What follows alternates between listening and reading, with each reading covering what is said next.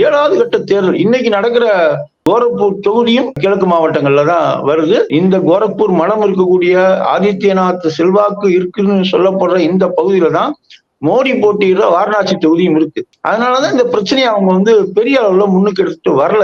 ஏன்னா கடைசி நேரத்துல பாதிப்பு ஏற்பட்டு விடக்கூடாது அப்படிங்கிறது அதுக்கான காரணம். மத்தியில் பாஜக ஆட்சி இருக்காது, வீழ்ந்து விடும்னு நினைக்கிற நேரத்துல அநேகமாக இப்படி ஒரு பிரச்சனையை அவங்க இப்ப உருவாக்க மாட்டாங்கன்னு நினைக்கிறேன்.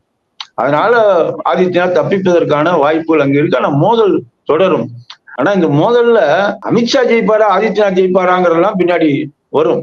கட்சிக்குள்ள செல்வாக்கு யாருக்கு, குறிப்பாக RSS தான் முடிவு பண்ணும் யார் அடுத்து அப்படிங்கிறது. அப்ப RSS யார முன்னிறுத்துதோ அவங்கதான் அதுல ஆதித்யநாத், அமித்ஷா 2 பேர் இல்லாம வேறு யாரையும் கூட அவங்க முன்னிறுத்தலாம் அவங்க. அதனால அது நாக்பூர்ல முடிவாகக்கூடியது, நிச்சயமா லக்னோலயோ இல்ல குஜராத்துடைய காந்தி நகர்லயோ அது முடிவாகக்கூடிய விஷயம் அல்ல அது.